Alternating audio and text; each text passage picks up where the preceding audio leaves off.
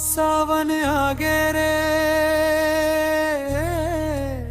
मोर संगिया जा रे, घका गहराए गगन में मोल गले लगा जा रे। रिमझिम पानी झरे मन मया जागे रे, तोर बिना ए जिंदगी सुना सुना लागे रे। महुआ डारा डोले पुरवैया गुनगुनाए, तोर नव ले लेके मोर मन हर मुस्काए। हरियर हरियर खेत हरियर होगे डारी, तोर संग घूमे बरतर से मोर सवारी। आ जाना संगी मोर सावन के बहार में, झूला झूलबो दोनों मिलके अमरई डार में। आ जाना संगी मोर, आ जाना चूड़ी के खन खन, पायल के झनकार तोर माया में डूबे, मोर दिल के संसार।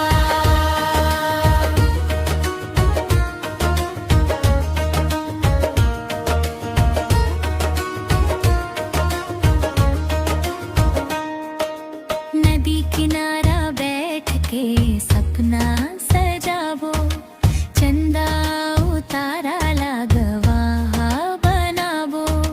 तोर अखी के काजर मोला भाजा थे, तोर हंसी के जादू मोर मन ला चुरा ले थे।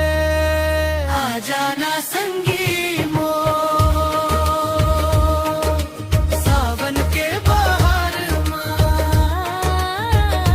झूला झूलबो दोनों मिलके अमरई डार में। आ जाना संगी मोर, आ जाना चूड़ी के खन खन,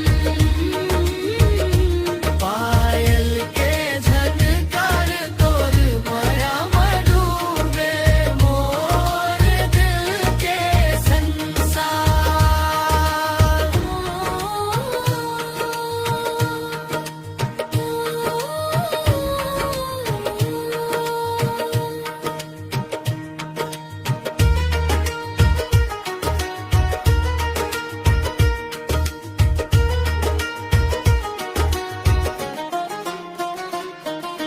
भिंजत रहिबो दूनो सावन के फुहार में, धर लेबे हाथ मोर माया भरे प्यार में। जन्म जन्म तक तोर संग निभाहूं,